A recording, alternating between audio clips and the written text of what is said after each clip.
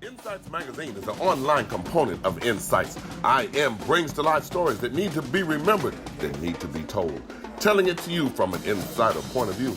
These accounts aren't always found everywhere else. It's a visual and audio revelation. It's a sharing of occurrences. It's documenting history. It's revealing what needs to be remembered. It's showing the effects of sports and athletics in everyday life. INSiiGHTS magazine is showing me, and it's showing you. INSiiGHTS magazine is found on our website at INSiiGHTS.com. INSiiGHTS, 2 I's in the middle. INSiiGHTS.com. Enjoy.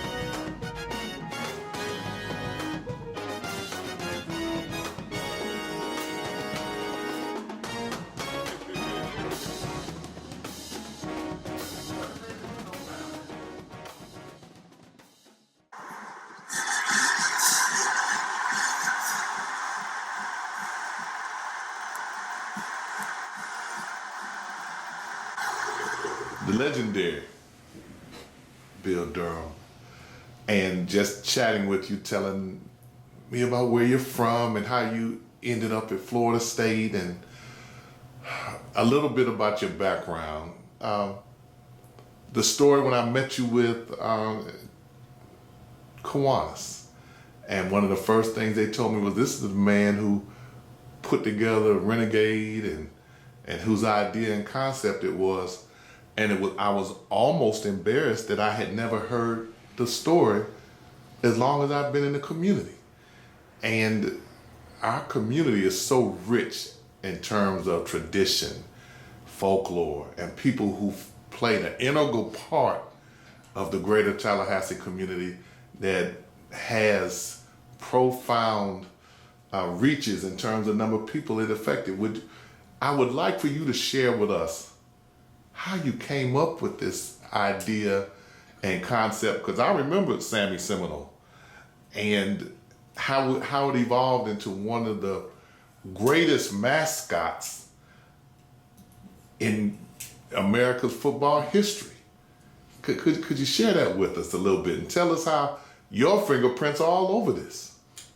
Well, Mickey, I get asked that question an awful lot, and I've always had a feeling for Native Americans, and on my mother's side, last name was Hunt. On her side, they had intermarried with different sects with the Cherokee Indians out of the Carolinas. But I don't know if it was for that reason. But we played as kids. We played cowboys and Indians. I always wanted to be the Indian. But I've always had a feeling for them. And as a student at FSU, I was working on the homecoming committee, specifically the powwow. And I thought, it would be wonderful if we could really show how much appreciation that we have as students and our university for the relationship we have with the Seminole tribe of Florida.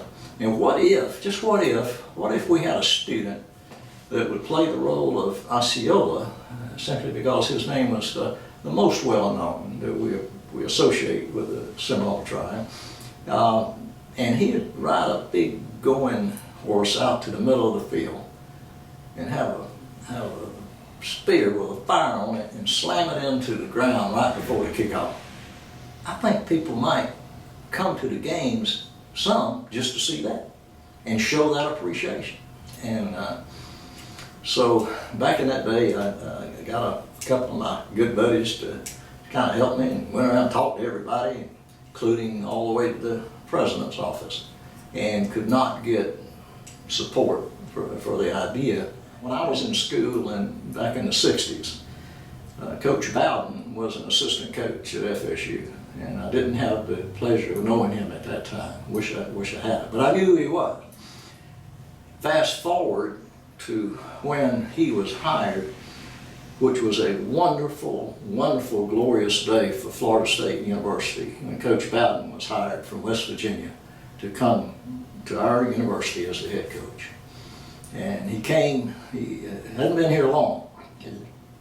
I got to know him and did some work with him. And I was over at his house one night, visiting with he and his wonderful wife Ann.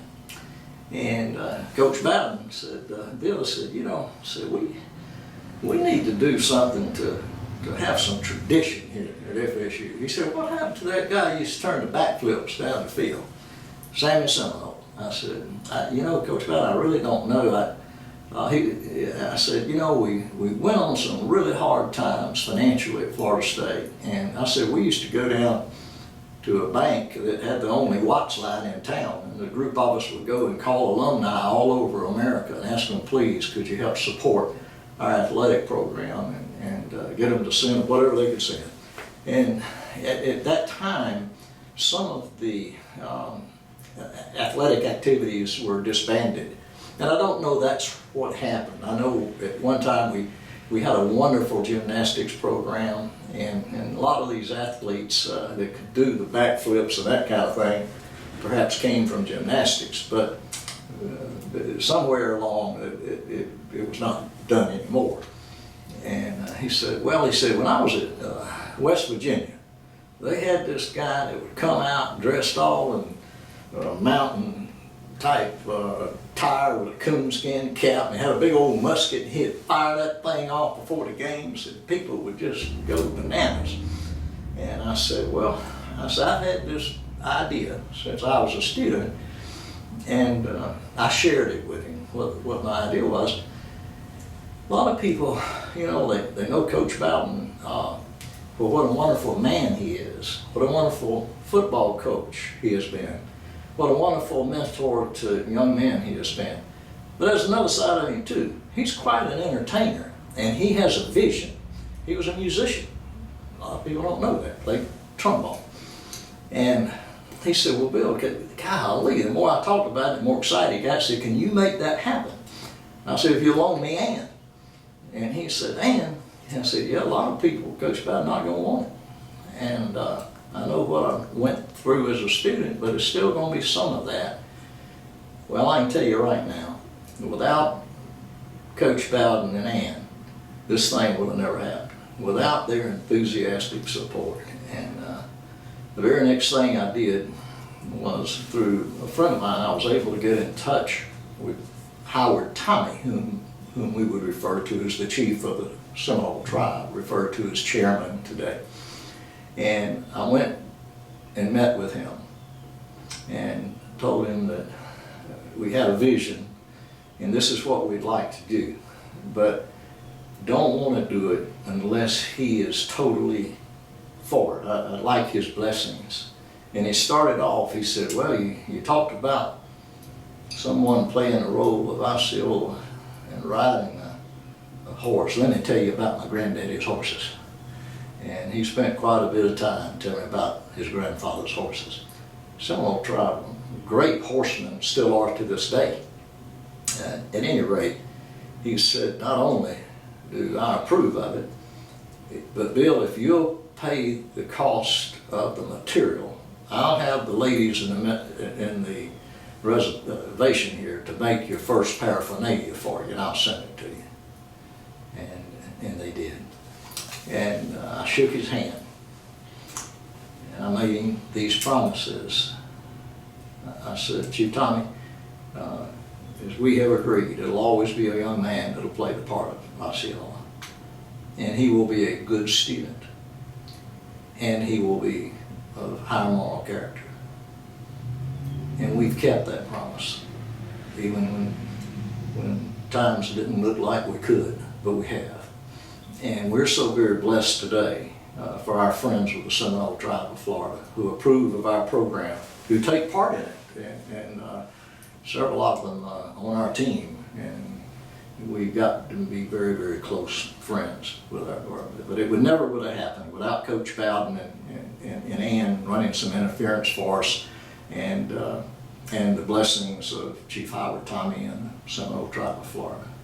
Well, Bill, you made a comment there. You said that it would be a young man. Is there a reason that it was you said young man? And yes, because Osceola was looked upon as a extraordinary individual. We refer to him as Chief Osceola, but he was not a chief by lineal descendancy. he was a chief by respect. He was a war chief. And that we knew in casting a character, it had to be close to his attributes. And so that's why when I discussed the event with Chairman Chief Tommy, that we agreed it'd be a young man that would play that role. Now, we have young ladies on our team. We're real proud of them. Some of them are just great equestrians, so we're proud to have them. But there'll be a young man that will play the role of Osceola. Because mainly they were emulating him. Absolutely. Okay. And we did it with their blessings, and this is what he wanted. So it made sense. You know. How was it received? I know you remember clearly the first time the appearance was made at an FSU game. Describe that, what it was Well, like. the first thing we had to do to put it all together, we had to find a horse. And I was able to borrow one for the first games from a good friend of mine, Jerry Deloney. And he was an Appaloosa, what we call a few spot Appaloosa, but he was an Appaloosa. And the reason we chose the Appaloosa is because it's so credited to Native Americans for saving that breed in advance of the U.S. Cavalry, which part of their mission was to destroy Native Americans' horses. From a military standpoint, you might could understand that. If we can put them on foot, then we can force them into the reservations. They won't be able to hunt. They were primarily nomadic. They won't be able to move around like they could. And in addition to that, the Native Americans, their string of ponies, as they call them, the string and the quality and the number was a status symbol for them. And so you would take away a lot of their pride if you could destroy their horses. And Chief Joseph of the Nez Perce tribe of the Northwest is credited with taking a band of 1,500 to 2,000 Appaloosas in advance of the U.S. Cavalry coming into the Northwest and hiding them in the Canadian Rockies. And that's what's credited with saving the Appaloosa breed.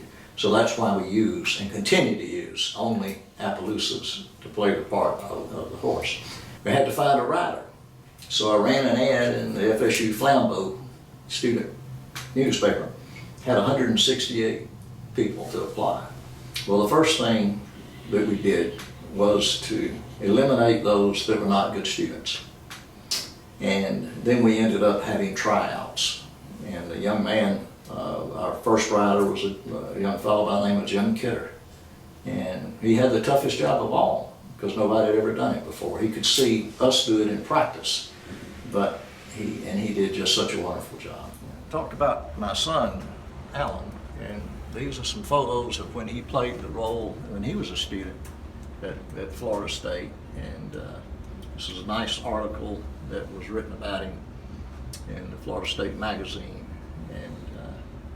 And what's so good today is he teaches these young students, these young men that play this role. He's been there, he's done it, and he knows what it's like to be the only person with all eyes on him. And he doesn't get a do-over when he gets out there. And the pressure that puts on these young men.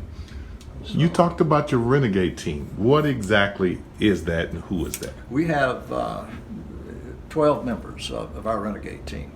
And everybody on that team has a job, Mickey.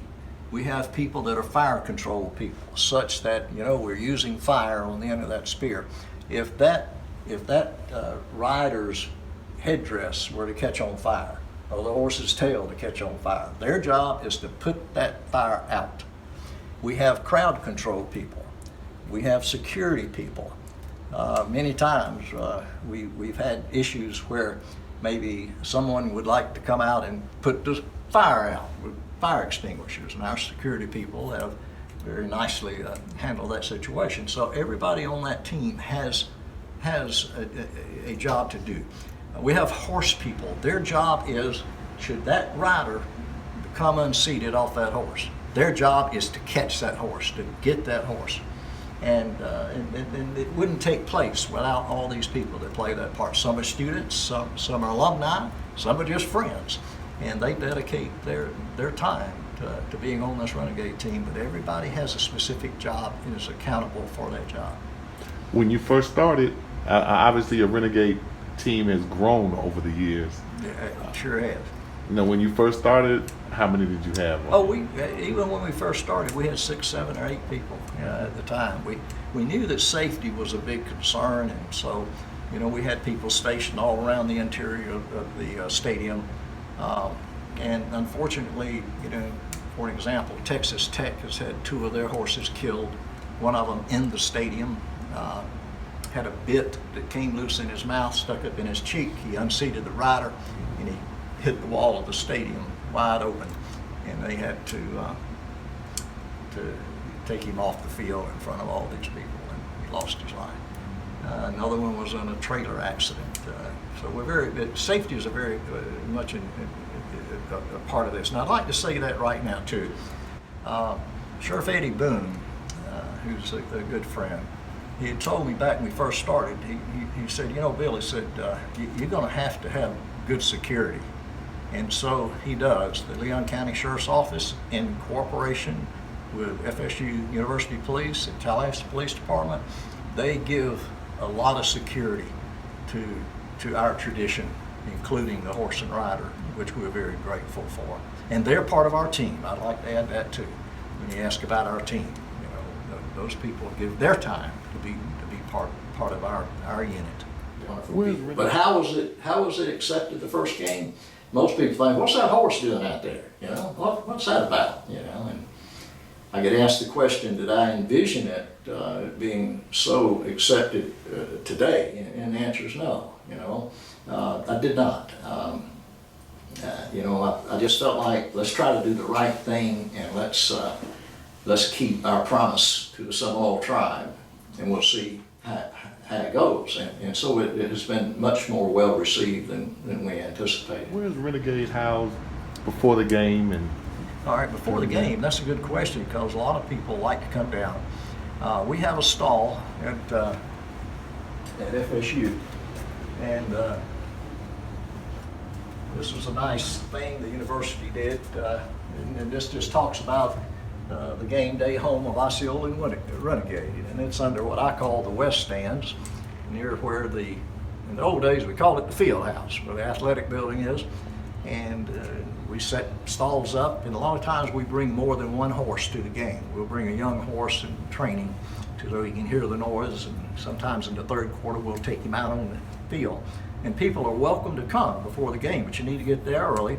We always get there about 5 hours ahead of kickoff, and then we'll start making the rider up about an hour to hour and a half prior to kickoff.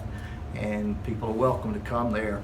And after we get the rider made up, he comes outside of the stall area and has his picture taken with those that'd like to have their pictures taken. So people are welcome to do that. And so we have a stall that we set up for every game. What was the most difficult part in talking to the Seminole tribe in terms of getting them to understand your vision in terms of doing this and accepting it?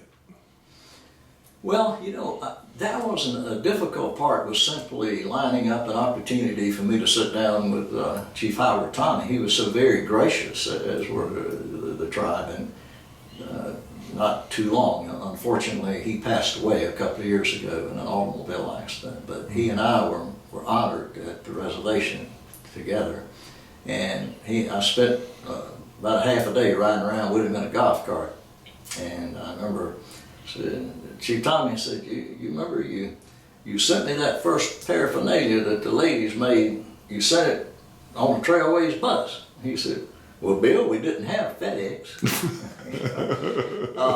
It was not difficult at all to share the vision with them, and he went into a lot of history with me of the Seminole tribe and his lineal descendancy himself. And as I said before, they loved the idea of the horse. They were great horse people. Unfortunately, many of their horses were stolen and killed and taken away from them for the same reasons that we discussed before. But it wasn't difficult to get them to see what we were trying to do, and to be a symbol of respect. The media always says our mascot. We don't refer to it as a mascot. That's a media thing. We refer to it as a spiritual performance of the great respect for the Seminole tribe of Florida and our great university. Why I selected Osceola, as well as it could have been Billy Bowlegs or someone like that. I selected Osceola because you look around our state and how many things bear his name, you know, or the family's name. You know, Osceola National Forest, and we can go on and on. Osceola County, we can go on and on and on. Because it's the most well-known name, you know. And in fact, as of this date, the chairman of the tribe, the Seminole tribe of Florida, name of Osceola.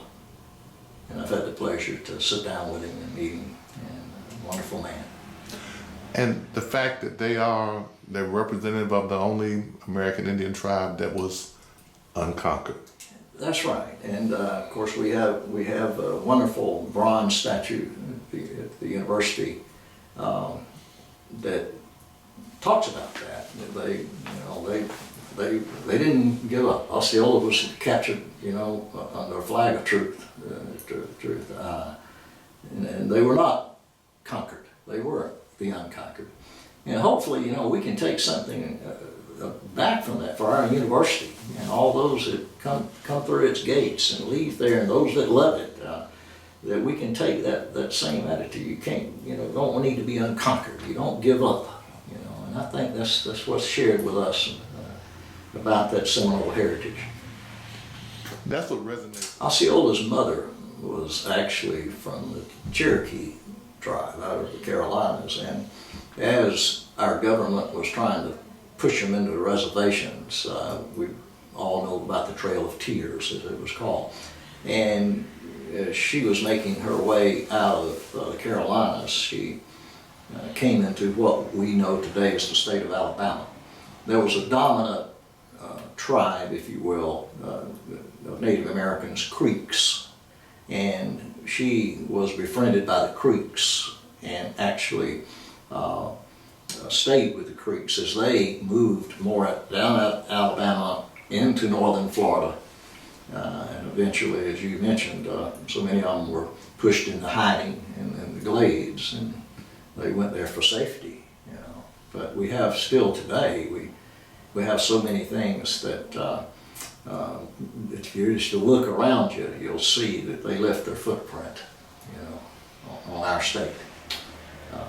But just a little bit about his mom, who he was very, very much, I'm talking about Osceola, very much respectful of his mother. Elaborating some about him being beheaded and having his head returned to the tribe. It's our understanding, and gosh, you know how history is, Mickey. You know, you read one historian might say this and then the others, but it is our understanding he was beheaded, and his head was actually paraded around the United States, put it on display, if you will, and there was a doctor that had befriended him when he was in prison, and it's my understanding that he led the way to get the head back and put it back with Osceola's body. And as I mentioned to you, I have a rubbing from his grave, and he was buried at what then was called Fort Moultrie in South Carolina. Share with me what it means to you to see your dream and vision for Florida State and the connection that you wanted to make in terms of inspiring thousands of Seminole fans everywhere. How does that resonate with you now? Well, Mickey, I'll share with you how it makes me feel, but I think that so important to me when I look back, those so many friends of mine that helped make it possible. It hasn't been just the Bill Durham show. There's so many support people that have helped me in so many ways that go unsung. Some of them are still with us today on our Renegade team, and we're very, very fortunate in that regard. The university, the boosters, others that have helped make this thing great. And you know, I'll tell you too. I have to go back to Coach Bowden, because if Coach Bowden hadn't been as successful as he was, I don't know that it would have gotten the national attention that it has received. And but how does it make me feel? I get goosebumps every time I see it. And I'm very fortunate, because after 30 years, my oldest son, Alan, who played the role as a student. In fact, I always like to add to that statement saying, I did not choose him. I never wanted him to play the role, and said, somebody say, well, the only reason he got to be Osceola was because of his daddy. So that was the first time I put numbers on the participants when we got to the final 5 of people trying out, and tried to select for my committee to help make the choice people that really didn't know my son. But the good news is that he did get it, and now that he teaches others, and he is totally in charge of our Renegade team. And it's a pleasure to me to sit back and watch him, and for him to keep the principles that we had established back in 1978, which was the first time when we took the field, that those principles are still carried forth today. But I get chill bumps every time I see it, just like everyone else. We've had opportunities in the years to sell the rights to it, and finally we ended that, and our family gifted all of the intellectual property rights, like the trademarks of Osceola and Renegade and our pageant, to the university. Our understanding, it could never be sold. What's so beautiful is when those little children, they come hours before the game to watch us make that student into the spiritual image of a great man, Osceola. We had a little lady, she was well up in age when I first met her, and she used to come every game and stand outside of our stall and watch us do the same thing as we prepared that young man to put him in that beautiful role, an important role that only one person plays. And she would stand there and watch. And she told me one day, she was from Jackson County, she said, Bill, she said, you know, after Osceola throws the spear, I go home. And that's what it's all about. It's all about the people and how they feel about it. And hopefully they'll want to have the same respect for the Seminole tribe of Florida, our great university, as we do. During this process, do you ever find out that while their ponies are young, that some have a better disposition than others, and more amenable to crowds and children? You do. You find some of the horses we use, some of them can handle it, some of them can't. And that's the thing people don't know about. They see that one horse out there, but for every horse you see, there's 2 or 3 backing him up. And then some horses we bring into our program and they just can't handle it as much as we do with training. And we also use time to time professionals to help us. But some of them just can't handle that atmosphere. You know, the hardest thing, Mickey, people ask me, what's the hardest thing? I said, well, part of the hardest thing is we cannot duplicate 80,000 people in practice. We get one shot and it's out there. And it'd be nice if we could say, hey, could everybody show up on Thursday afternoon? We'd like to practice, you know.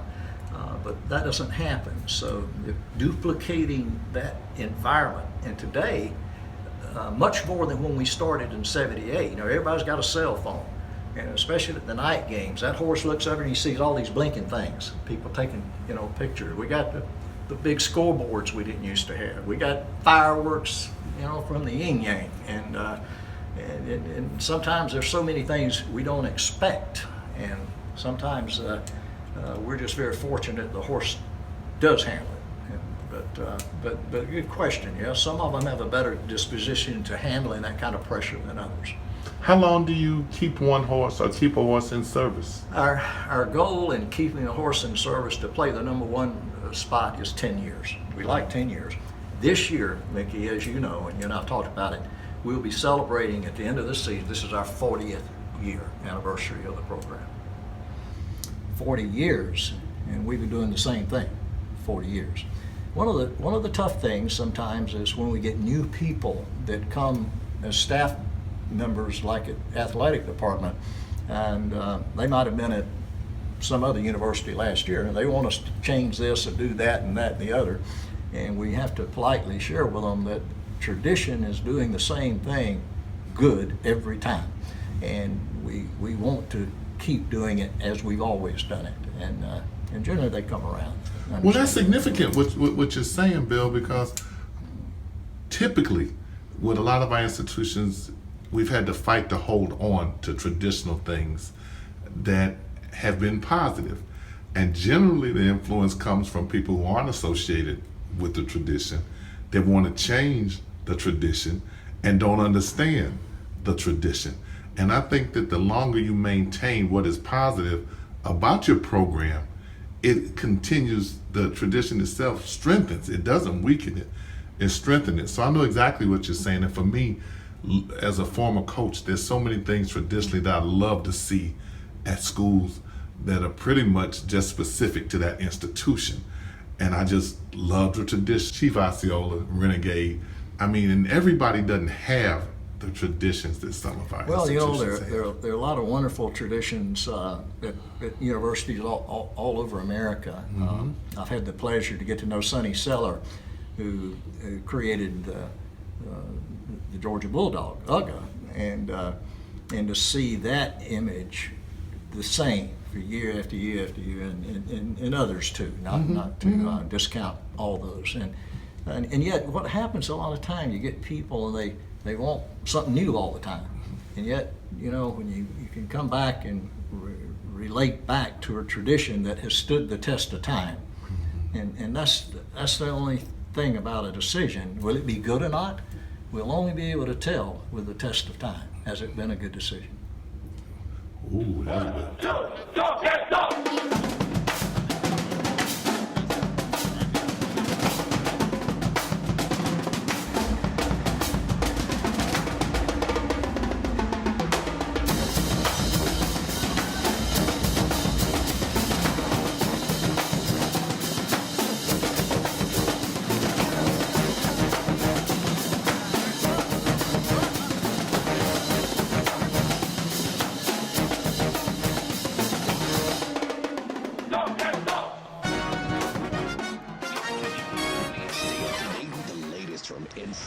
Visit our website at INSiiGHTS.com. 2 I's in the middle, INSiiGHTS.